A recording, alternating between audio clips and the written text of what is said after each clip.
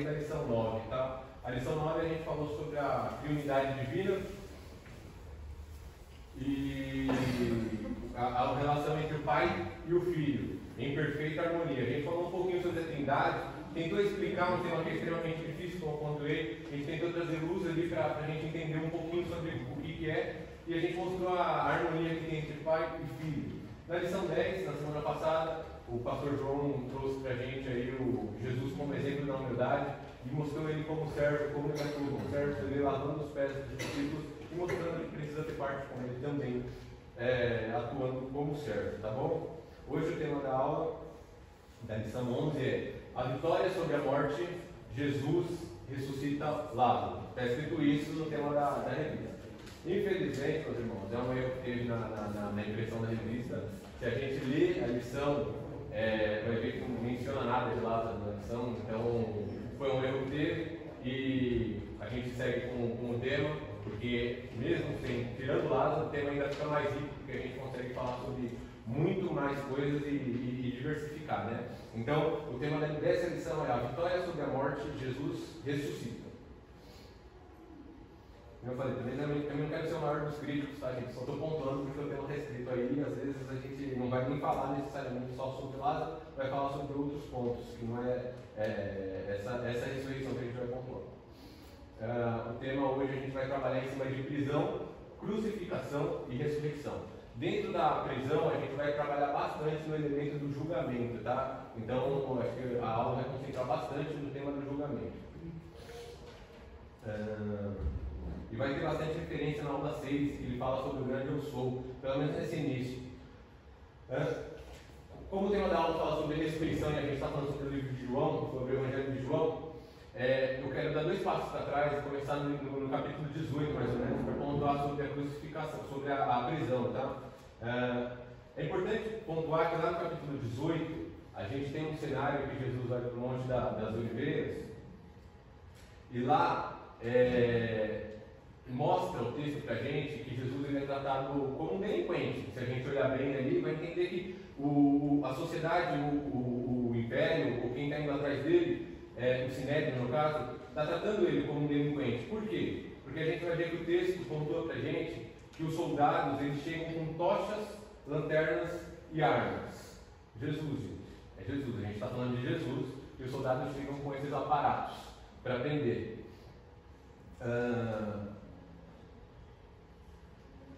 Mas Jesus ele sabia de tudo isso, e sabendo de tudo isso, ele mesmo se apresentou. No texto, o texto vai expor isso para nós. Ele se apresenta como para os soldados.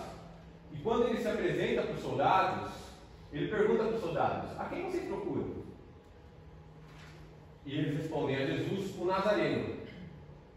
Diversos teólogos vão pontuar que lá no versículo 5 do capítulo 18, ele responde para os soldados: a quem vocês procuram? E ele responde: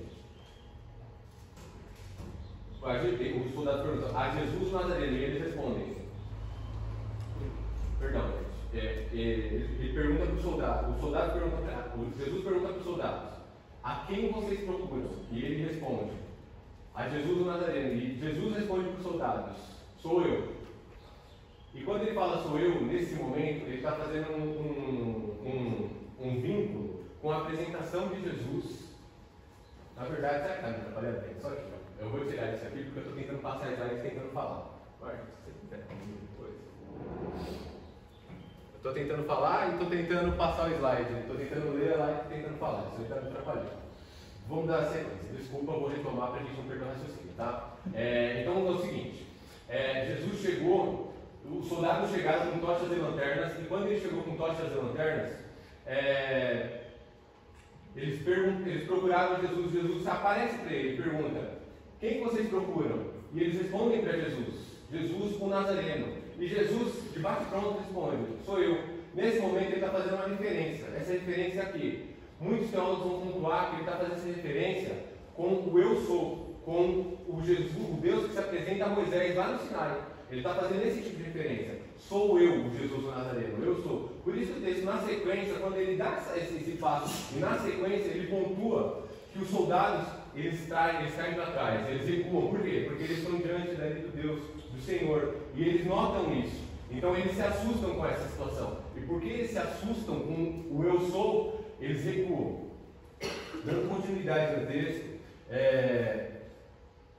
ele faz essa referência com essa apresentação que Deus faz no Monte Sinai, e logo na sequência a gente já entende como ele ensina sobre a liderança para a gente. Nesse momento a gente entende como ele apresenta uma liderança diferente. Na sequência do texto ele vai falar que para cumprir sua própria declaração, Jesus falando, não perdi um só de todos que me deste. Ele se apresenta também para proteger quem está com ele. Os discípulos que estão com ele também se apresenta para isso, para fazer essa proteção. E essa declaração, ela vai pontuar lá em João 10, 11, da passagem do bom pastor, que dá a sua vida pelas ovelhas. Eu sou o bom pastor sacrifica a sua vida pelas ovelhas. O texto vai pontuar sobre Pedro, que corta a orelha de Malco. Eu quero falar sobre isso, mas eu não vou falar sobre isso nesse momento. Eu vou deixar isso um pouquinho mais adiante na lição. A gente vai falar sobre isso também, mas eu vou tratar sobre Malco agora, um outro ponto. O significado, e aqui eu acho que tem um significado bem simbólico, bastante importante. O significado do nome Malco significa rei, ou reinante. Quando Malco simbolicamente chega, e o nome dele significa rei, e Pedro vai e corta a orelha dele, como eu falei, simbolicamente, Pedro está lutando contra um rei terreno. E Jesus mostra que naquele momento a missão dele não é lutar contra o rei terreno, contra qualquer rei que simbolicamente chegue para ele, ou representativamente. Não é isso. A guerra dele não é contra o rei terreno. A guerra dele, ele já sabe qual é a luta dele, ele já sabe qual é o objetivo que ele tem que cumprir. E Jesus não se concentra nisso. Inclusive, ele até cura Malco. Então, por mais que Malco naquela situação, ele não seja de fato o rei, naquele momento, simbolicamente, é bastante importante a gente entender que ele está representando um reino para a terra. E ali, Jesus nem se importa com essa situação, ele cura. Além dele não atacar Malco, ele, além disso, ele cura. E ele repreende os discípulos dele. Nessa sequência, a gente vai para o julgamento. E aqui, eu gostaria bastante da gente fazer um vínculo, um paralelo com a nossa realidade, tá, gente? O julgamento dele, na nossa atualidade, do ponto de vista do direito processual hoje, da nossa visão jurídica hoje, esse julgamento ele seria nulo. Eu quero trazer um pouquinho de conhecimento jurídico, porque esse é um ponto que eu escuto muito na mídia, e toda hora que eu escuto, acho que eu vou falar para vocês, 95% das vezes que eu escuto, a expressão, o termo do jornalista, do repórter, está errada. E eu olho isso, eu comento com a Andressa, eu falo, como pode? Mas assim, eu entendo que o que importa naquele momento é a comunicação, tá? Então assim, quando a gente fala de nulo e anulável, são termos diferentes. Nulidade e anulabilidade são termos diferentes dentro do meio jurídico, tá? E qual é a principal diferença entre nulidade e anulabilidade? A principal diferença é que nulo, ele não gera efeitos, e anulável, ele gera efeitos até o momento que foi alegado. O que eu quero dizer com isso? Um exemplo de nulidade. Nulidade é você volta para o mesmo status antes do julgamento. Eu vou dar um exemplo aqui, e eu não vou me concentrar no mérito. Quando eu falo que eu não vou me concentrar no mérito, eu não vou me concentrar na questão em se está certo ou se está errado. Mas o julgamento para nós aqui entendermos o que é. O julgamento do ex-presidente, não, do atual presidente, o Lula, ele se tornou nulo. Por quê? Porque identificaram uma incompetência do juízo que julgou. Então, ele voltou, ele foi julgado e condenado. Então, em tese, ele deixou de ser primário. Só que, em virtude do tribunal ter entendido que teve um vício, teve um defeito naquele julgamento, eles voltaram para a estaca zero e o Lula se tornou um réu primário novamente nesse cenário. Como eu falei, eu não quero me ater nesse momento a questão, está certo, está errado. Não é isso, eu estou falando de processo, tá? Processualmente, o que eu estou falando é que ele voltou para a estaca zero. Então, nulidade te traz lá do status quo do início, tá? É o que a gente chama de ex tunc no direito. Eu nem vou entrar nesses termos, mas é o que a gente chama de ex tunc. Ele volta, tá? E o que pode ser nulo? O exemplo de nulidade é quando falta a citação do réu, o réu foi citado e não chegou na mão dele, ele está dentro do processo e não chegou na mão dele, ele não sabe disso. Além disso, tem ausência da defesa técnica, não teve defesa, ou teve provas ilícitas. Também foi uma situação. A anulabilidade, o que é? ela gera efeitos a partir do momento que alegaram que teve erro. Levantou a mão, teve erro? Teve. Então, a partir daquele momento, começa a gerar efeitos. O que pode ser um exemplo? Foi feita uma defesa para o réu, e essa defesa que foi feita para o réu foi ruim. Só o fato de ser ruim. O juiz, o advogado vai entrar e falar assim, aquela defesa que foi feita para o réu foi ruim, juiz.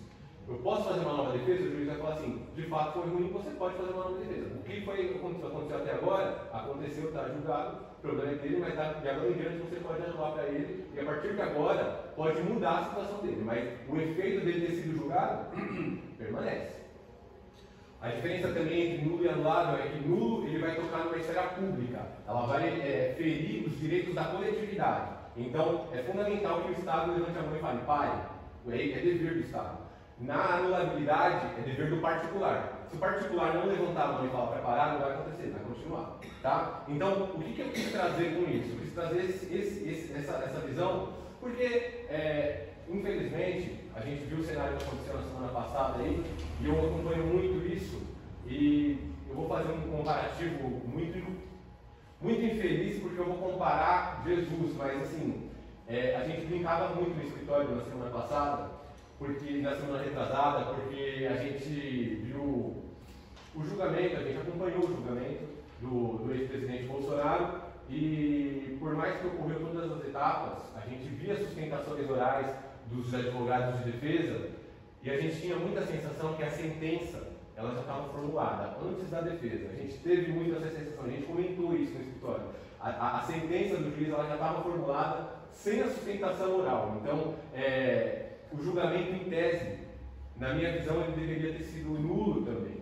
Ele tinha ali uma imparcialidade, mas como eu falei, eu não pretendo entrar no mérito, tá, gente? Eu pretendo expor para vocês o que é um julgamento nulo, para vocês entenderem e trazer para vocês o que é um cenário atual.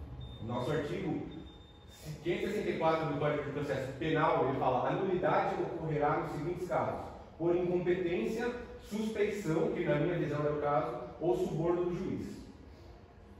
E o que acontece?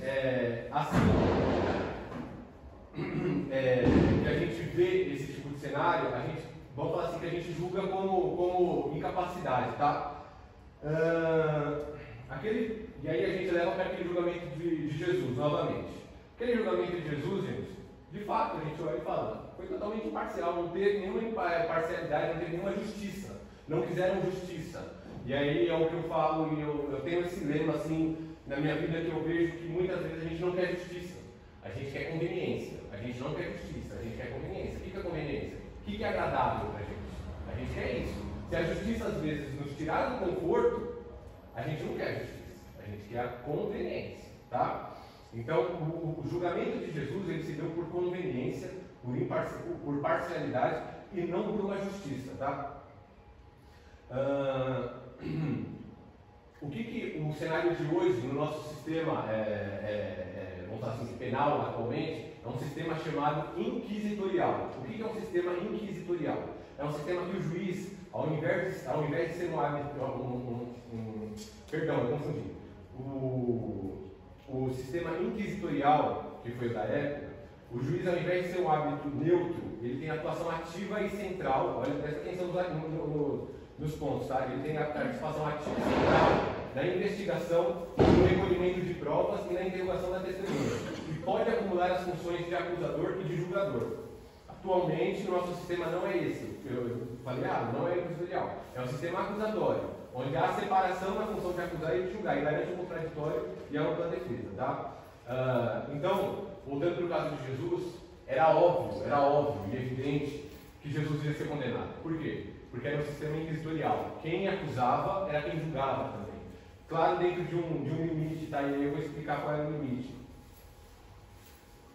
Além disso, para reforçar a condenação de Jesus, tentaram levantar falsos testemunhos. Lá em Marcos 14, 55 e 56, mostram que tentaram fazer esse levantamento das falsas testemunhas, mas os depoimentos delas se contradiziam. Então, assim, só a contradição de depoimento já é um elemento a favor do réu, tá, gente? Só a contradição de depoimento já seria um elemento a favor do réu. Mas mesmo assim não foi levado em conta, tá? Então a gente começa a ver muitos vícios, muitos defeitos dentro do processo de julgamento de Jesus. Então o Sinédrio o que era? era o tribunal dos judeus, ali, vamos falar assim, que era o órgão que eles utilizavam para julgar as causas que violavam a lei deles. E eles queriam a condenação de Jesus. Esse tribunal ele tinha uma autoridade que foi crescendo. Esse tribunal ele foi feito na época dos Macabeus. Os Macabeus foi antes do Império de Roma, tá? E aí eles fizeram o Império dos Macabeus e construíram o Sinédrio. Em tese eles pontuam que eles eram sucessores dos 70 de Moisés, lá do início, tá? Então eles pontuam que eles eram isso. E aí eles fizeram o Sinédrio. E a tradição judaica nem pontua muito isso, nem dá base para isso muito, tá? Mas nesse caso do Sinédrio, que tinha ali o Tribunal dos Judeus, que veio dos Macabeus e percorreu todo esse período até a chegada do Império Romano, quando o Império Romano chegou, ele era mais forte do que o Império dos Macabeus. Isso a gente está falando de 63 anos antes de Cristo, tá? O Império Romano chegou e tentou negociar com Jerusalém e conseguiu. A negociação era boa, era frutífera, era política e valia a pena. Qual foi a negociação? O povo de Israel não precisava prestar culto ao imperador e bastava oferecer sacrifícios no templo para o imperador. Além disso, não precisava seguir a religião do império. Eles podiam seguir sua própria religião e a sua própria lei. Dentre essas leis estavam as leis das punições. Então, o que acontece?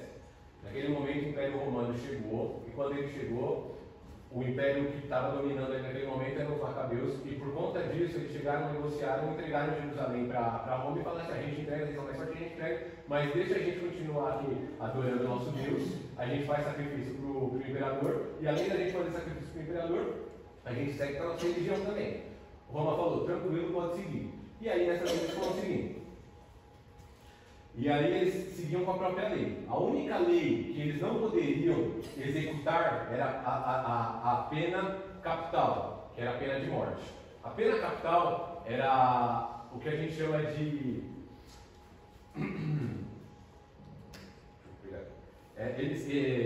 o que a gente chama de pena capital, era a pena de caput, que é cortar a cabeça. Que no caso é a pena de morte que eu pontuei, né? Eles queriam aplicar a pena capital com a mulher adúltera. E depois eles conseguiram aplicar com Estevão, tá, gente?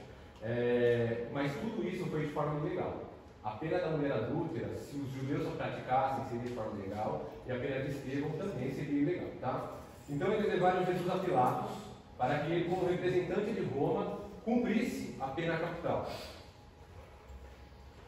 O motivo da condenação perante o Sinédrio, perante o tribunal dos judeus, era a blasfêmia, que ele disse que era o filho de Jesus, que ele disse que era o filho de Deus. E o motivo perante Pilatos, que eles alegaram para Pilatos, é que ele disse que ele era o Messias. E o Messias significa ungido. Eles fizeram referência total com ungido, que significa Davi, Saul. O que Davi e Saul significavam para o povo judeu? Reis. Eles eram reis. Quando o povo judeu entrega Jesus e fala que ele está se considerando Messias, ele está tentando ferir o ego de Pilatos, já que Pilatos não era o rei, mas ele representava o rei. Ele estava tentando ferir o ego de Pilatos para que Pilatos condenasse Jesus. Se a gente pensar e lembrar lá de Mateus 2, eu acho, Mateus 2 ou 3, a gente vai ver que os magos do Oriente foram encontrar Jesus quando nasceu e eles falam para Herodes: a gente veio visitar o rei dos judeus. Herodes, naquele momento, ele fica totalmente furioso, ele manda matar os recém-nascidos. Então, o que os judeus tentaram fazer com Pilatos? O mesmo cenário. O rei está aí, ó, o ungido, o Messias, ele está aí. Eles tentaram aplicar a mesma ideia agora para Pilatos. Só que, gente, Pilatos, ele não nasceu ontem. Ele está acostumado a fazer. Ele não tinha nascido, ele não era inocente. Ele conhecia um condenado, ele conhecia um bandido, ele conhecia uma pessoa que não praticava lei. Ele entendeu ali que era por pura inveja naquele momento, tá? Mas era fundamental entender que ele cuidava do interesse do imperador, que era Tibério, e ele não estava ali.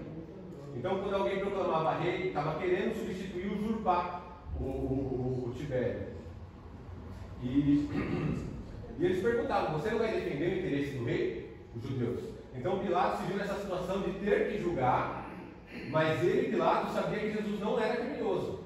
Então Pilatos, para se livrar dessa responsabilidade e não carregar esse remorso, ele ainda tenta arrumar um motivo para livrar Jesus da condenação e oferece a libertação de um preso. E ele pede para o povo escolher Jesus ou Barrabás. E o povo escolhe Barrabás. Só um detalhe aqui, tá, gente? Eu não sei, assim, com precisão, a gente não consegue entender de fato, assim, com riqueza de detalhes, quem Barrabás era.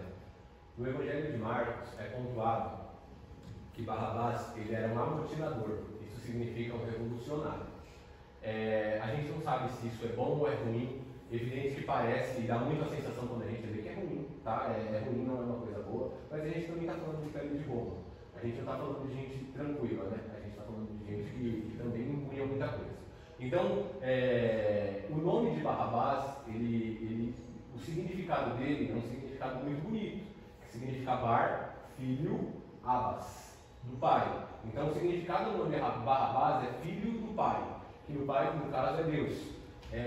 Pode ser que ele era um revolucionário, um amotinador, pode ser, tá, gente? Teólogos levantam essas ideias e eu estou expondo para vocês, com todo cuidado e com todo cuidado. Mas pode ser que em determinado momento Barrabás ele possa ter feito algum movimento contra o Império Romano. E ele foi preso por conta disso.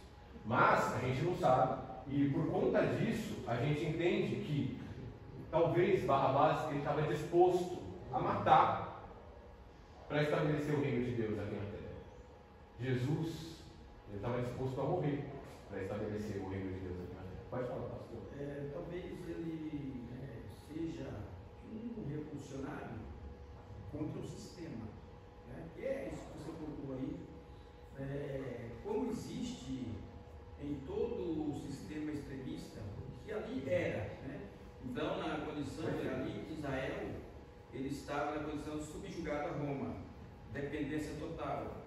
Aquilo causa em muitas pessoas uma revolta. Então ele era um revolucionário do sistema que estava disposto a lutar, até matar em prol do sistema.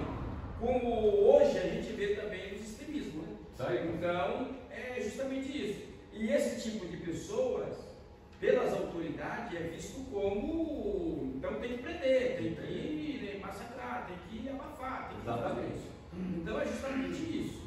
Você frisou no começo aí sobre o julgamento, né?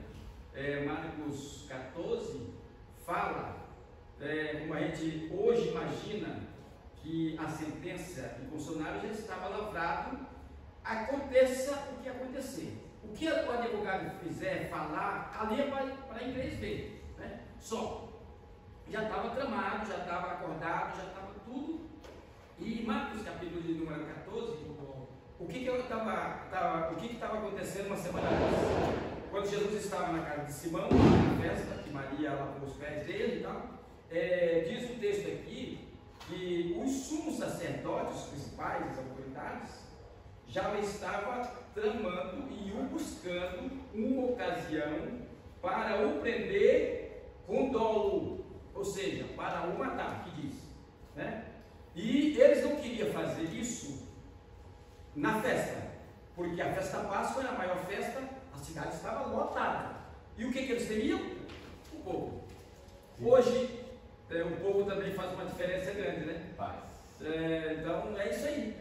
Mas a sentença já estava lavrada, era para matar mesmo, para tirar ele de circulação. Sim.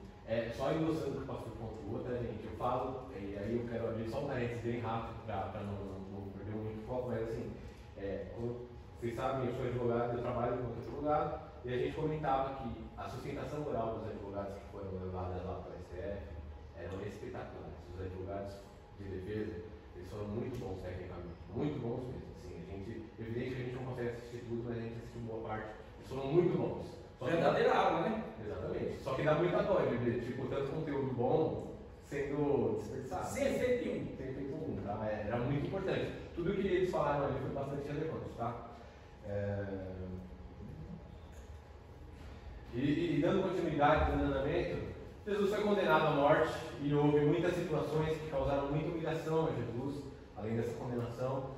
Mas, assim, a gente não tem tempo suficiente para falar sobre todos os detalhes disso, né? Então, eu vou passar agora para a crucificação, para a gente conseguir tratar sobre todos os temas da aula. Mas, pelo amor de Deus, todo mundo que quiser falar, pode levantar a mão, pode participar, porque a gente ganha muita riqueza da aula, como o pastor fez agora, a gente consegue enriquecer bastante a aula, tá? Além disso, a gente vai tratar sobre outros temas também, que eu acho que é fundamental e vai tocar bastante sobre o pastor trouxe também, tá? A crucificação, como eu pontuei, era a pena capital. Pena capital significa a pena que perde o caput. Já falei isso também, né? Caput é cabeça em latim, tá? Pena de morte. Quais eram as penas capitais dos romanos? Degola, que é a pena que Paulo sofreu. A pena de enforcamento também. E além da pena de enforcamento, a pena de crucificação. A pena de crucificação era reservada para os estrangeiros, porque os romanos tinham ela como abominável. Cícero, que foi um advogado da época, chama a atenção de crucificação, chama a pena de crucificação de pena summum supplicium. Summum supplicium. Isso em latim também, supplicium é a forma de morte pública humilhante. E ela fala que a morte mais humilhante e cruel é a forma de crucificação. Por quê? Crucificado normalmente era colocado nu e exposto ao público, e todos os viam. Assim, gente, sendo bem franco com vocês, eu acho que eu não quero trazer nada de novo, assim, a gente já escutou 1 milhão de pregações referente a isso, e a gente sabe muito bem todos os detalhes, mas eu acho sempre interessante a gente novamente relembrar, porque a gente está falando de Jesus e do chamado dele. Como eu falei, eu não tenho a pretensão de trazer nada novo, mas é fundamental que a gente relembre isso. Ontem a gente fez a Santa Ceia aqui, eu acho que é fundamental a gente trazer sobre isso também, tá?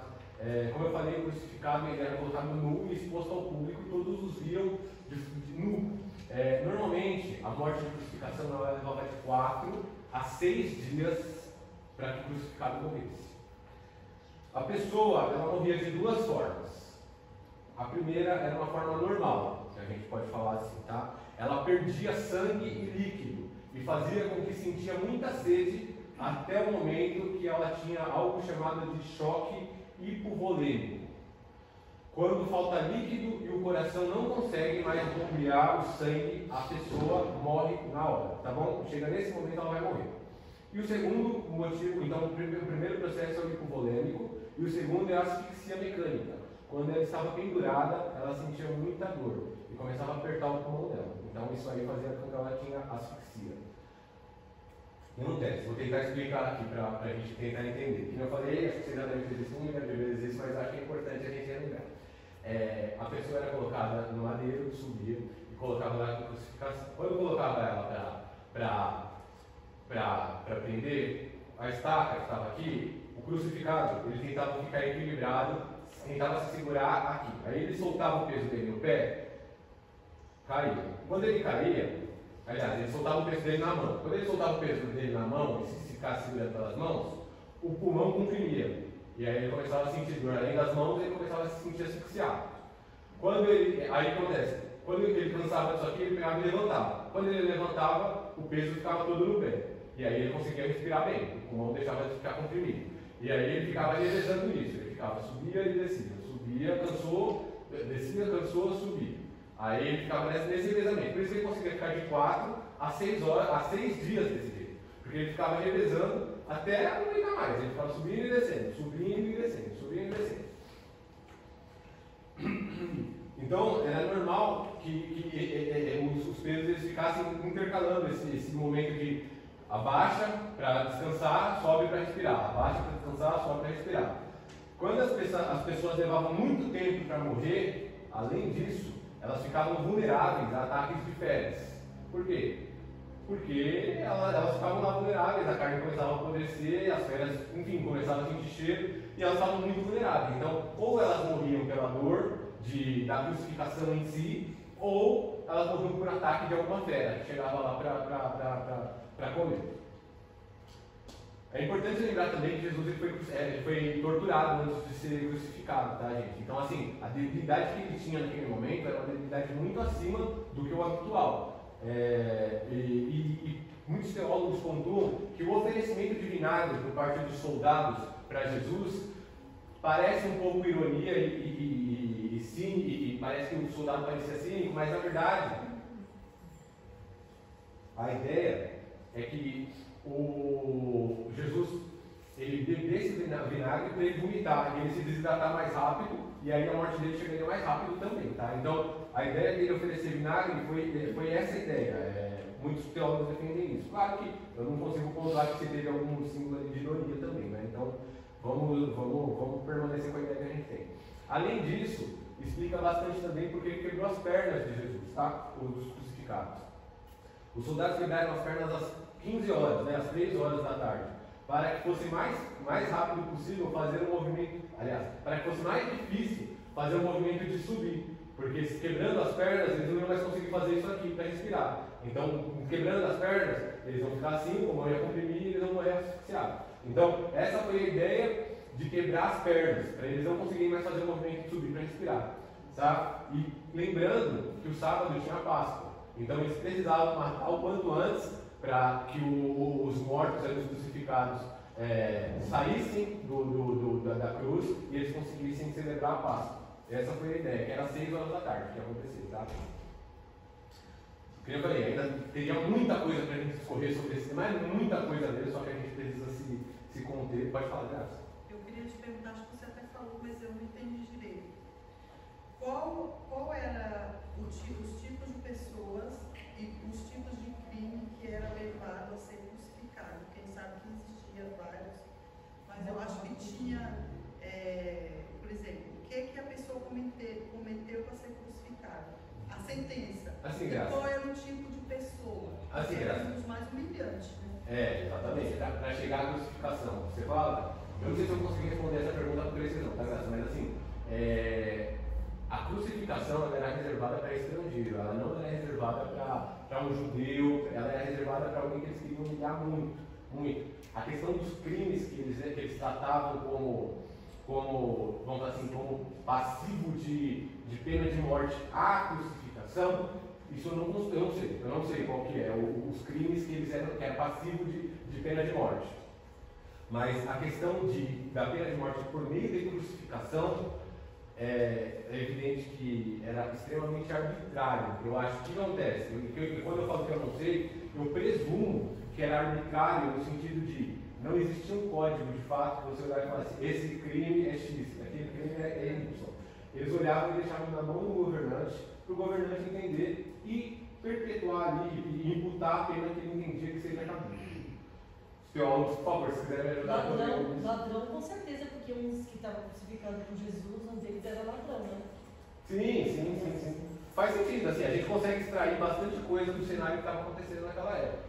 Mas assim, vamos falar assim, que um código que prevê o ilícito, como a gente tem hoje o Código Penal lá, artigo 121, matar alguém, pena XYZ. Isso eu não identifiquei, tá, Graça? Eu não consigo prever qualquer um dos crimes que causavam a pena de morte. Eu tenho certeza que se Jesus voltasse hoje, não vai voltar agora, assim, nos ares, né? Mas se ele fosse pisar de novo nessa terra, ele ia ser crucificado de novo. Eu tenho certeza. Também tenho Porque o que dá para perceber que era um dos piores, né? Porque era muito humilhado, né?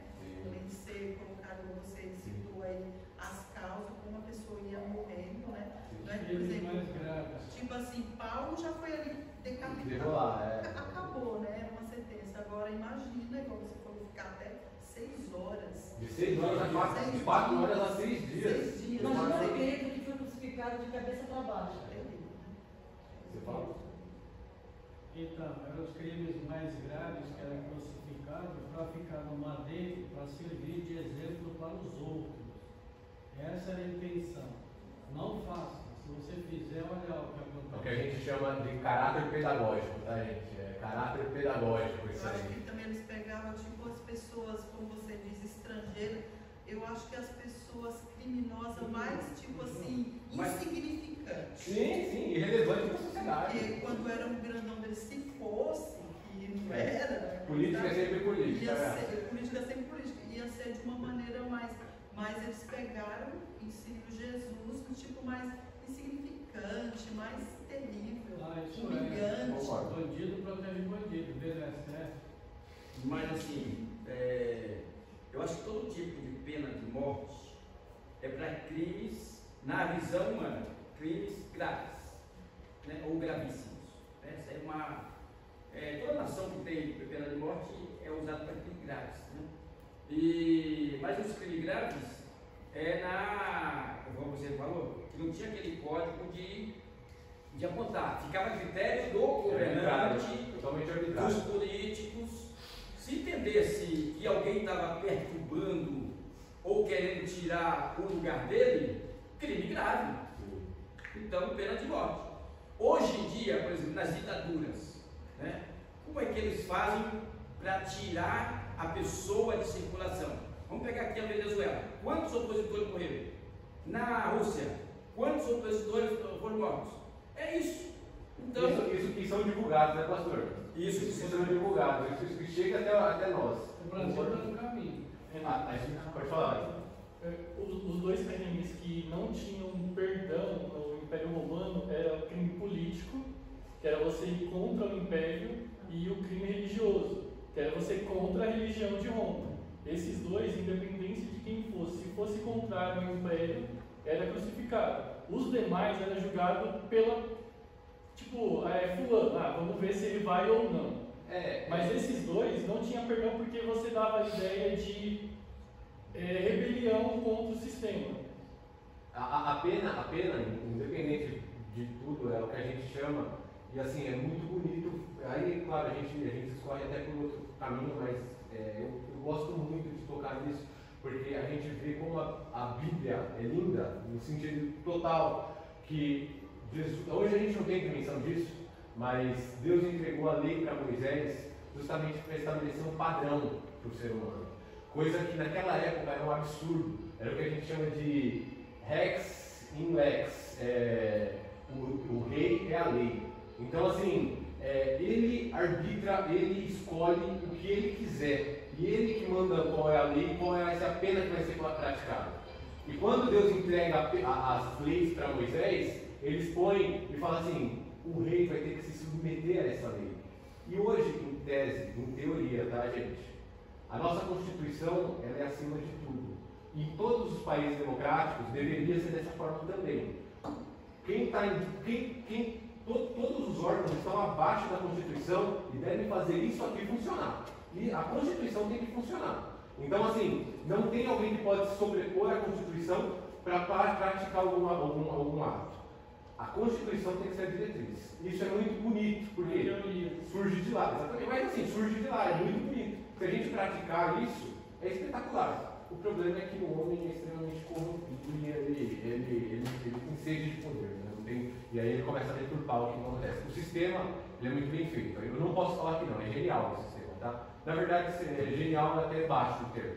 O sistema é divino, porque foi Deus que entregou a ideia de uma Constituição para o homem. Pode falar. Isso é evidente para juristas, pessoas do campo, você mesmo deve saber. A Constituição brasileira é doente, ela é desequilibrada. Você tem que ter direitos e deveres de um ponto equilibrado. Tem muitos direitos e não tem quase dever. É muito direito, muito direito, muito direito. Então você não consegue governar de uma forma correta com essa Constituição aí. Na verdade, deveria ser feita uma nova Constituição. Na verdade, nós temos excesso de lei. Né? Olhando para outros países, por exemplo, a Constituição dos Estados Unidos, você sabe que é muito curtinha e enxuta. Nós temos um excesso de lei, e quando a pessoa que está julgando enxerga, quer dizer, quer entrar por outro caminho, ele entra porque tem muitas brechas. É bom para os advogados, né? Eu vou tentar expor. Desculpa, pastor, pode falar. Aquela expressão lá que o parlamentar não pode ser. Né, tem uma expressão que ele fala lá que em caso algum parlamentar ele pode ser censurado, Foro privilegiado? Não, aquela outra a expressão, tem uma expressão da lei. Tá. Eu acho que eu sei o que você acha. Ele tem total liberdade de expressão, ele pode falar o que ele quiser. Não tem mais essa expressão? Então, e aí eles entram e falam, não, não é assim, não é bem assim. Não se entende assim, não pode assim. O que eu acho? Eu acho que a nossa Constituição, eu acho, tá? E aí eu vou expor a minha opinião, e é evidente que vai ter gente que discorda, e não tem problema. É que antes da Constituição ser grande do jeito que ela é, existe um sistema que a gente chama de civil law e common law. Common law é o quê? A gente vai fazer uma Constituição mais curta e a gente vai olhar para a sociedade, vai entender os valores da sociedade naquele momento e os juízes vão julgar de acordo com os valores da sociedade naquele momento. Então você tem uma Constituição mais curta, como o pastor pontuou dos Estados Unidos, é uma Constituição mais curta, e os juízes vão entendendo os valores da sociedade naquele momento e vão julgando de acordo com os valores da sociedade. O que a gente tem hoje no Brasil chama civil law, em tese. E aí eu falo em tese por quê? Porque a gente olha para a Constituição para julgar, a gente não vai vendo os valores da sociedade. A gente vai olhando para um livro, para a Constituição e vai falando, aqui tem que aplicar X, aqui tem que aplicar Y, aqui tem que aplicar W, aqui tem que aplicar... Eu não acho que dá para a gente falar qual que é melhor. De verdade, eu não acho. Mas eu acho que se você adotou um, você tem que seguir o sistema daquele. E hoje, o que eu entendo que o Brasil está seguindo é uma fusão entre os dois quando interessa ao julgador. O julgador, ele olha para a lei quando ele quer julgar de determinada forma. E quando ele quer julgar de determinada forma, ele olha para os valores da sociedade e quer julgar com base na jurisprudência. Então, mas é muita brecha, né? É exatamente isso. Para mim, se você seguir um ou outro, não tem problema, mas siga. Não pode deixar de seguir, siga. Agora, quando você deixa de seguir e você quer usar os dois, aí você causa muita confusão e a sociedade fica totalmente perdida. Vou dar andamento aqui, gente, porque hoje, nossa, só para vocês terem ideia, a aula hoje tem 16 páginas, a gente está na 4. São 10 anos da manhã. E já foi metade do tempo. Acelera aí, irmão. Vou acelerar. Eu vou terminar a aula, com certeza eu vou terminar, tá, gente? É que eu queria falar sobre mais um assunto, eu pontuei no vídeo, e eu não sei se eu consegui tocar, mas se eu não conseguir, amém, a gente tem outra oportunidade para falar, tá bom? A ressurreição. Às vezes, a gente, para fazer alguma piada, e aqui a gente está falando sobre a ressurreição nesse momento, tá? Às vezes a gente, como piada, para fazer piada mesmo, como cristão, muita gente fala para você assim, você acredita em um livro que fala que um peixe engoliu um homem e o homem ficou 3 dias lá e depois o peixe devolveu ele. Você acredita nisso? E a gente, como cristão, eu faço muito essa piada, gente. Eu falo bem a real para vocês. Não só acredito que o peixe engoliu o homem, que se a Bíblia estivesse falando que o homem tinha engolido o peixe e devolvido com vida, eu também acreditava, porque a gente usa a fé. Eu não tenho problema com isso, a gente brinca com isso e vida de segue, não tem problema. Tem que dar glória.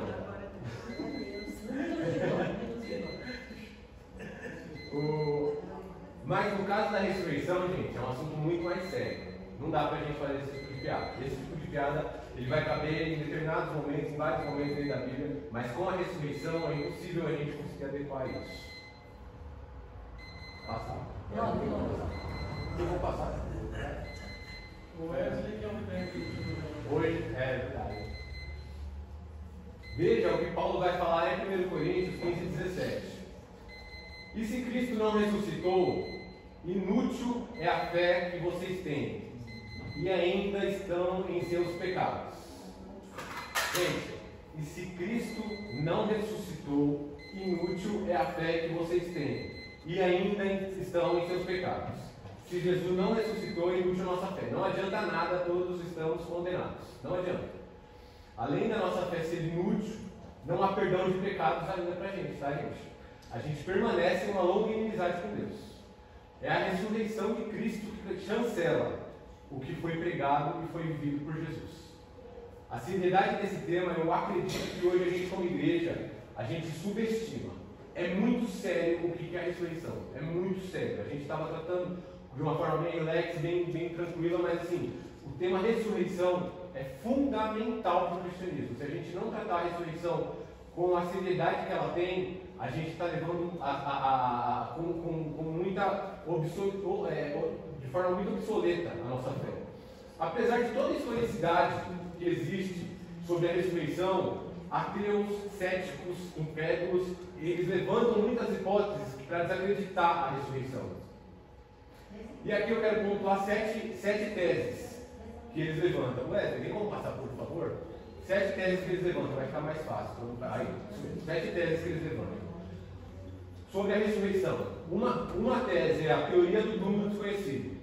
Após a crucificação, o corpo foi colocado no túmulo desconhecido pelos discípulos, que eles interpretaram equivocadamente e foi dito como se fosse a prova da ressurreição. Eles não conheciam qual era o túmulo, chegou lá, não identificavam qual que era, beleza, ele não está aqui, ele ressuscitou. Além disso, também tem a teoria do túmulo errado, que é basicamente igual. Não é que eles, mas vou falar assim que o túmulo errado eles foram com dolo. Eles foram no túmulo errado, de propósito, identificaram um túmulo desconhecido. E aí eles foram e falaram que porque eles estavam no túmulo errado, eles falaram que Jesus ressuscitou. Não faz nenhum sentido, né? Porque a Bíblia expõe que José de Arimateia pediu o corpo de Jesus e sepultou em um túmulo conhecido. Além disso, gente, vamos trazer bem fácil para a gente matar essas duas, pelo menos essas duas primeiras. Se essas duas teses fossem de fato verdadeiras, o que o governo, tanto do Sinédrio como o romano, ia fazer? Túmulo desconhecido ou túmulo errado? Eu ia pegar o corpo de Jesus, eu violar ele e eu trazer, ó, gente, vocês estão falando mentira, aqui, ó, o corpo está aqui, é muito fácil de expor. Essas teses são muito fáceis de ser contra-argumentadas, tá? Além disso, tem a teoria da lenda. É a terceira. A história de Jesus foi criada por muitos anos depois da época de Jesus. Essa história fica fragilizada porque a gente conhece que teve mártir por conta da história. E quando a gente fala que teve mártir, quem que morre por uma lenda, gente? Não faz sentido nenhum. Os discípulos morreram por conta de Cristo e por conta da ressurreição. Quem que se arriscaria e que morreria por conta de uma lenda, de uma coisa que não é verdade? Não faz sentido, tá? Pedro foi crucificado de cabeça para baixo, João foi colocado em azeite fervente, enfim. Outra tese, a ressurreição espiritual. Jesus teria ressuscitado espiritualmente e não fisicamente. Mas e as pessoas que viram Jesus? Muitas pessoas viram fisicamente. A gente vai ver lá em Mateus 28:9, a gente vai ver em Lucas 24:36, a gente vai ver João falando que Tomé também o viu fisicamente. Não faz sentido. A teoria 5, a teoria da alucinação. As pessoas pensaram que viram Jesus ressuscitar. Foi apenas uma alucinação coletiva. Nossa, essa daqui é muito complicada de entender. É muita gente tendo alucinação em momentos diferentes. É muita loucura, assim. Eles são criativos. Quem levanta essas teses aqui, eu tenho que tirar o chapéu para a criatividade. É criativo. A sexta teoria, a teoria do roubo do corpo. O corpo de Jesus foi roubado por alguns dos seus discípulos. Gente, essa daqui também faz qualquer sentido, tá? Havia guardas na frente do túmulo. Eles cuidavam ali do que estava acontecendo. E para roubar o corpo de Jesus, pessoas civis roubar esse corpo, eles teriam que arrastar uma pedra de 2 toneladas, pelo menos. Os teólogos concluem que as pedras tinham pelo menos 2 toneladas. Ou eles furtavam o corpo, ou eles roubavam. E nenhuma das duas hipóteses tem cabimento, porque o furto seria se os soldados não percebessem. Então eles teriam que arrastar uma pedra de 2 toneladas, sem o soldado perceber. Detalhe que os soldados estavam ali para vigiar. Eles teriam que arrastar uma pedra de 2 toneladas, tirar o corpo e depois colocar sem fazer barulho. E sem fazer barulho, e levar. Então, assim, não faz sentido. E se eles roubassem de fato, como foi pontuado, eles teriam que guerrear contra os soldados, coisa que também não faz sentido, né? Além disso, também tem a teoria da catalepsia. O que é a teoria da catalepsia? Jesus não ressuscitou porque ele não morreu. O que ocorreu é que depois da crucificação, ele sofreu de um profundo enrijecimento muscular, que a medicina contemporânea chama de catalepsia. Gente, de verdade, quando eu li esse, eu fiquei achando mais milagre. Eu falei, isso aqui pode ser mais milagre do que a ressurreição. Eu acho que, claro que é brincadeira, mas assim, para você colocar alguém, torturar alguém, colocar ele na cruz, ele parar de respirar, você achar que ele teve uma catalepsia e não morreu, eu acho que isso aqui tem que ter mais fé para acreditar que ele teve catalepsia do que ele ressuscitou. Eu acho que o pessoal, essa chega a ser engraçada, assim, e como eu concluí, essas 7 teses, elas são muito fracas, assim, para a gente refutar a ressurreição de Cristo com essas teses, é bem difícil, tá? Mas é fundamental que a gente, como cristão, conheça essas teses, tá? Porque em determinado momento a gente pode utilizar ela como apologética. A gente pode tirar a venda dos olhos das pessoas, refutando com qualquer dessas teses. Deus pode preparar algum momento que a gente consiga falar sobre algum momento, sobre essa situação, e alguém aponte, é mentira por conta disso. Se Deus quiser, a gente vai estar preparado para refutar qualquer dessas teses aqui, para a gente conseguir fazer refutar e fazer a nossa apologética, tá bom?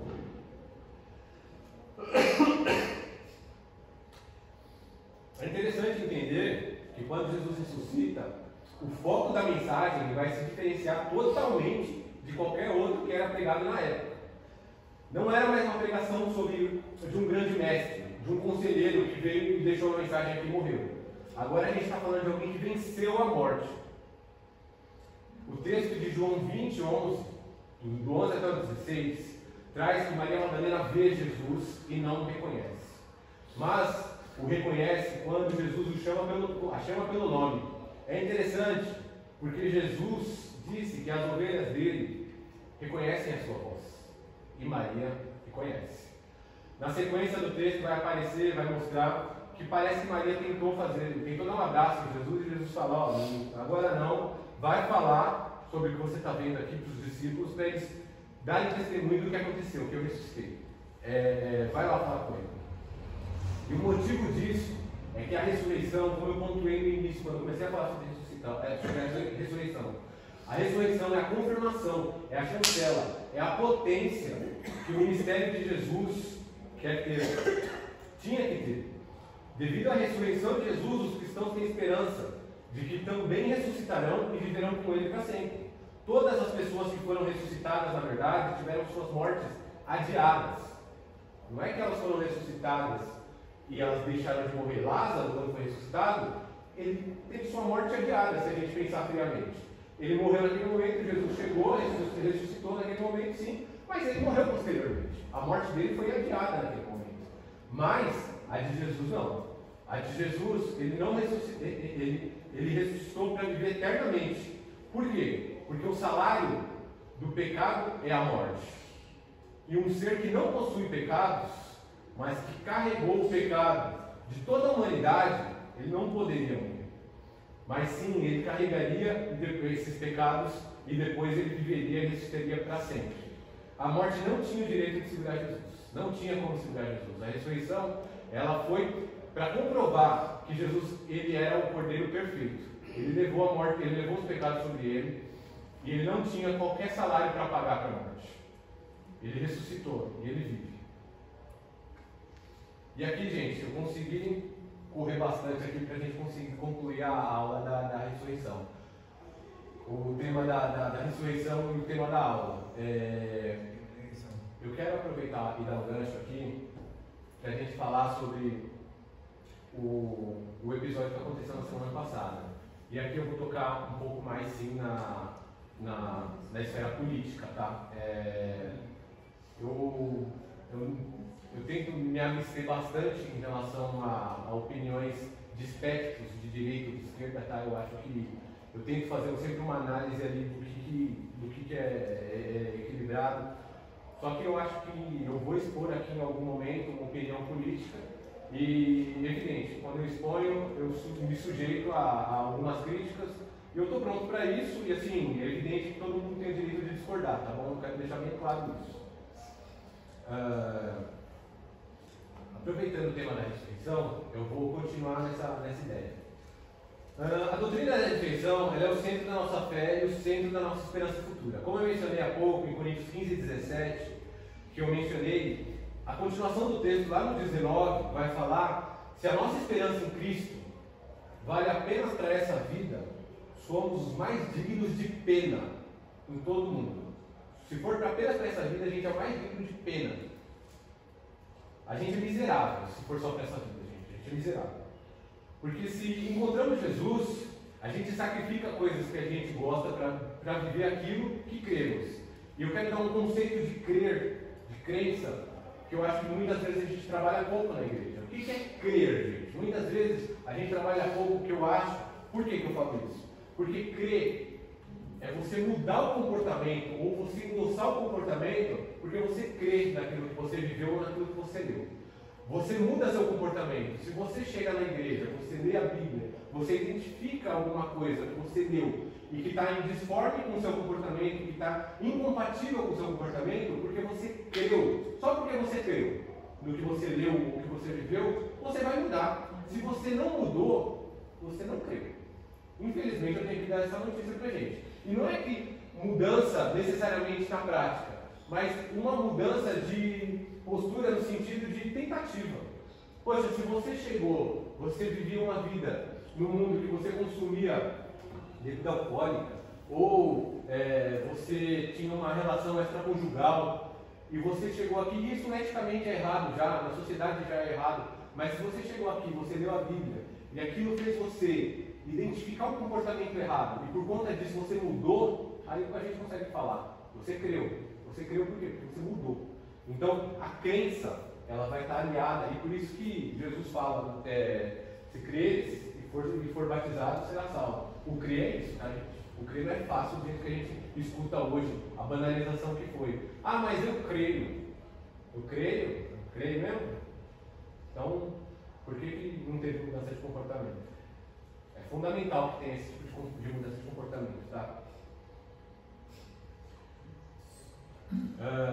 Atualmente, a gente tem uma percepção muito errada sobre o que a mídia impõe sobre a nossa mente, sobre todos os dias, tá? E aí eu falo isso porque eu vou trazer muito do meu cenário, tá? Eu estudei, fiz 2 cursos de faculdade, fiz primeiro contabilidade, e depois eu fiz direito. Eu fiquei 9 anos na faculdade e eu escutei muito professores de filosofia, de sociologia, pontuando para nós que a religião era um amortecimento, uma anestesia moral que a gente tinha para a gente não se revoltar com o ser humano.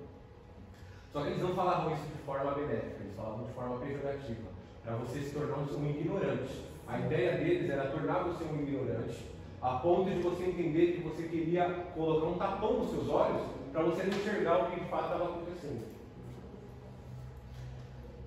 E aí a gente escuta muitas frases como: ser religioso faz bem, acalma a alma. A dúvida do ateísmo gera estresse, a certeza de um Deus gera paz. Karl Marx descreve a religião como o ópio, o adormecimento, o anestesiamento do povo, sugerindo que ela alivia o sofrimento, mas é uma ilusão, não é uma solução real. Enfim, muitos céticos, ateus, incrédulos, pontuam que menosprezam a religião e o religioso como se fosse algo para anestesiar esse nosso desespero. Só que eu me pergunto bastante assim, gente, mesmo, assim, eu faço essa reflexão. Quando eu escuto isso, eu acho que na verdade a ideia deles é induzir a gente a viver uma religião ruim. E quando eu vou falar religião, eu também dou o termo que é cristianismo, para nós, tá? A ideia deles é endossar essa religião, esse cristianismo, é gostoso, é raso, é tranquilo, é fácil. E aí eu fico pensando, será que se Estevão, o primeiro mártir, escutasse que viver o cristianismo é gostoso, é fácil, ele ia concordar com isso? Estevão, o primeiro mártir. Ou então, se a gente pensar que Van Hofer foi um pastor teólogo luterano que foi contra o nazismo na Alemanha e ele foi enforcado. Só porque ele foi contra o nazismo e se pôs como pastor. Ele foi enforcado. Se esse discurso de facilidade, de conforto, chegasse para Van Hofer, ele também ia se sentir confortável? Ele ia concordar com isso? Ele expôs a vida dele e ele morreu por conta da religião que ele praticava. E agora a gente vai acontecer isso aí também. Charlie Kirk. Eu não sei se todo mundo está ciente, mas semana passada ele foi muito discursando. Na bala estava escrito: fascistas não terão vez. Na bala que atingiu ele está escrito: fascistas não terão vez. Então, quando a gente vê esse tipo de discurso, quando a gente vê esse tipo de situação, eu acho que muitas vezes a mídia quer induzir a gente a ser cristãos ruins. Ela quer imputar na nossa cabeça que um cristianismo raso e fraco é o suficiente, e é isso certo de se viver. Quando a gente vive esse cristianismo, esse é o cristianismo que conforma a nossa sociedade. E quando a gente vê exemplos e referências, a gente vê que é totalmente fora de contexto o que está sendo exposto para a gente. Posso falar uma coisa? Por favor, Gás, pode falar. Por quê? Porque se você, quantos anos você tem? 33. 33. Você tem um cristianismo cristianismo uma base fraca, rasa, aí vocês vão ter os seus filhos. Como que você vai estruturar o seu filho para chegar dentro de uma universidade, dentro de um campo? Se eu sou raso. Se você é raso, se o comunismo demoníaco está lá dentro, se as universidades, principalmente, eu estava ouvindo, eu escuto muito podcast, coisas que eu acho legal. Eu estava ouvindo, e o que acontece? Os jovens que estão dentro das universidades, dentro dos campos, principalmente as federais, o que está acontecendo? Os nossos jovens, principalmente dessa era que estão chegando lá dentro, raso, sem uma base, sem Jesus na vida, o que acontece lá dentro? O comunismo demoníaco, o fascínio, qualquer coisa aí, qualquer ideologia, né? Qualquer ideologia, o que eu estava escutando? Eles vão fazer o quê? Vão entrar na mente do nosso jovem e diz, agora você tem que ter outra identidade. É isso que Porque a identidade que você construiu lá dentro da sua casa, não esquece. Esquece. Então é isso que está acontecendo. O Berkeley, ele estava em uma universidade, em um campo. E não sei se você ouviu rapidamente, mas claro, pode falar. Eu não sei se você ouviu. Depois eles fizeram entrevista com os jovens. Eu fiquei muito triste. O que eles falaram. Não sei se você ouviu. Eu vi muita coisa, graças assim. Eles falavam assim, irmãos. Dá bem. Graças a Deus. Não, tipo, foi bom. Menos família, foi bom. Isso mesmo. Ele queria o quê? Porque ele abriu a boca dele. Eu vou ser mais. Eu vou até mais. Vou falar para você que eu vi algumas coisas a mais. Que por conta. A gente viu muitas vezes. Eu vi esses vídeos que o povo entrevistava, o que você achou, tal. E o povo falava, graças a Deus, graças a Deus. Né? Pô, que bom, menos um. Isso, menos um. Eu entrei no Twitter. O Twitter é muito pior. O Twitter é muito pior. Assim, é uma comemoração. É uma comemoração. E assim. Eles comemoraram mesmo. Aqui tem um rapaz que depois que leva um tiro, levanta comemorando. Sim. Aquele rapaz é brasileiro. Sim. É um médico brasileiro, ele vai ser deportado por conta disso e vai ser julgado depois. Vamos ver se o julgamento dele vai ser assim também. E os pais faziam festa. O que os pais querem? Ai, meu filho entrou na USP. Ai, meu filho. Irmãos, cuidado. Sim. Olha, porque seu filho vai entrar numa USP, tem que ter Jesus na vida. E o rapaz que matou disse que ele era da igreja de Mormons, ele era rapaz de família. Depois que entrou na faculdade, ele se E um ponto muito forte que a gente fala aqui diversas vezes, às vezes a igreja não aborda certos temas que deveriam ser abordados. Por exemplo, hoje se a gente falar Eu louvo muito a Deus pela sua vida, viu? Você fez duas, ouviu muita coisa que eu sei que ouviu, inclusive a começar com essa expressão que a faculdade, que a religião, ela te acalma, né? Te segura, é um tipo de, sei lá, detenção da. Então, e você está aqui com mentalidade contrária a tudo isso. Essa é a causa de muito. Diz que tem uma porcentagem de jovens crentes que criado na igreja, mas não criado em escola dominical, né? Que a gente está vendo aqui, esse negócio. É uma banalização da escola bíblica. E disse que criou o filho na igreja, né? Nesse quadrado aqui. E vai para a faculdade, a porcentagem parece que é 60%, 70% dos que saem lá desviados, com outra mentalidade, defendendo uma outra coisa, um outro Deus, uma outra mentalidade. Então é essa aí. E é isso que nós estamos vendo. E nós brincando de ser crente. E nós brincando de ensinar. Ô Renan, às vezes eu fico pensando, eu penso muito, sabe? Eu fico olhando assim para meu neto, olha, meu Deus, qual vai ser o futuro desse meu neto? Porque hoje a gente já está vendo isso assim. Aí amanhã, como é que vai ter essas crianças nessas faculdades? Essa semana, a Mariana fez um simulado lá na escola dela, que é o último dela. Aí ela fez um simulado, 60 questões, assim, como fosse para entrar na USP. 60 questões, ela acertou 59,8. Ela acertou. Nossa.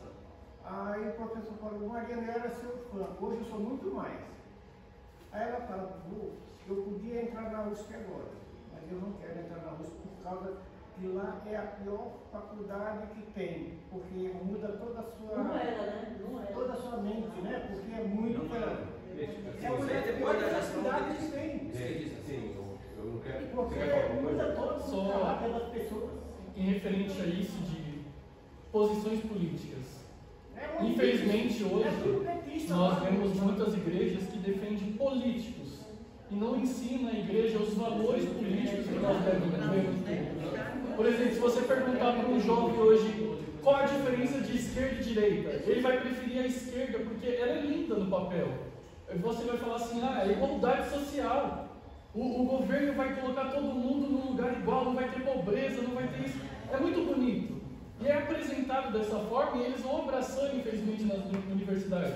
Porque ele fala, nossa, como assim? A direita é totalmente conservadora, não quer ver uma mudança da sociedade, quer sempre ver a pobreza. E como eles falam, eu na faculdade tinha 3 DP, que 3 DP da mesma professora. Ela falava que eu não tinha capacidade de fazer os trabalhos que eu fazia. Eu fazia um trabalho, ela escrevia lá, e eu fui falar com o reitor da faculdade, porque ela escreveu, não foi você que fez, porque não parece com as suas palavras, e fez um textão. Só porque eu tinha uma posição política diferente da dela. E na aula que ela dava, eu sempre falava, não concordo. E eu expunha a ideia. Porém, ela falava, você vai para a igreja porque é uma lavagem cerebral. Todo ser humano precisa de algo para se confortar. Porque nós temos os nossos problemas e precisamos de uma saída para isso. Ela fala, você vai para a igreja para buscar essa saída, você não quer bater de frente com eles. Eu falo, e você tem que ir no psicólogo, porque você tem um problema comigo que eu não tenho com você. Assim, a questão da faculdade, gente, e aqui eu falo isso com toda a cautela, assim, de verdade, eu acho que a gente precisa, já falei isso algumas vezes aqui, eu acho que antes de conhecimento a gente precisa pedir muito a Deus estrutura. Esse é um tema muito caro para mim, eu não consegui, eu abortei a missão ali, tem material pra caramba para falar, e eu falar, tem muita coisa para falar, mas assim, eu acho que hoje a igreja, ela está se tornando irrelevante na discussão, porque hoje a informação está chegando na população, né? Todo mundo está conseguindo ter acesso à informação. E que eu venho falando já há bastante tempo aqui, infelizmente, eu falo com tristeza no coração, infelizmente a igreja tem pouca aderência, porque hoje no culto a gente não trata muitas vezes sobre esse tipo de assunto. E é fundamental. Eu fico triste de escutar que a Mariana poderia ter pontuação de ir para a USP, e ela acha, e eu falo isso com todo cuidado, tá, pastor? Ela acha que a faculdade é ruim. Infelizmente, eu tenho que dar uma notícia para vocês: os professores de lá são espetaculares. Só que a gente precisa ter capacidade de conseguir criticar a informação que eles passam. É fundamental conseguir fazer o filtro da informação, de o que é informação e o que é opinião. Acho que Deus cuidou tanto de mim durante esse período, que eu passei por cada professor que sabia persuadir 200 alunos. Quase classe 100%. Sim, eu vi, eu não estou mentindo, gente. Eu vi um professor na primeira aula do semestre, ele entrando na aula, e o discurso, a oratória e a retórica dele era espetacular. Eu nunca vi o cara falando daquele jeito. E ele era canhoteiro, comunista nato. Ele acabou a aula, a sala inteira aplaudiu a aula dele, foi espetacular. Só que aquilo ali era opinião. O que ele estava dando ali era opinião, não era informação. A gente precisa capacitar os nossos jovens, os nossos adolescentes, para que quando eles cheguem à faculdade, eles consigam fazer esse discernimento de, isso aqui é uma informação, isso aqui é uma opinião. E se isso aqui é uma opinião, eu vou buscar conhecimento para refutar essa opinião. É fundamental que a gente tenha isso. Como eu falei, infelizmente, eu queria expor a estrutura de como a gente chegou no cenário que a gente tem hoje, tá? Tem um histórico atrás disso e a gente precisa saber desse histórico.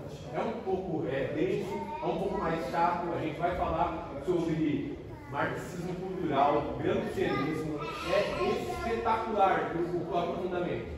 mas hoje, infelizmente, não deu tempo. Quem sabe, em outro momento, a gente consegue falar, e eu acho que é fundamental a gente se enriquecer nesse conteúdo. Pode falar.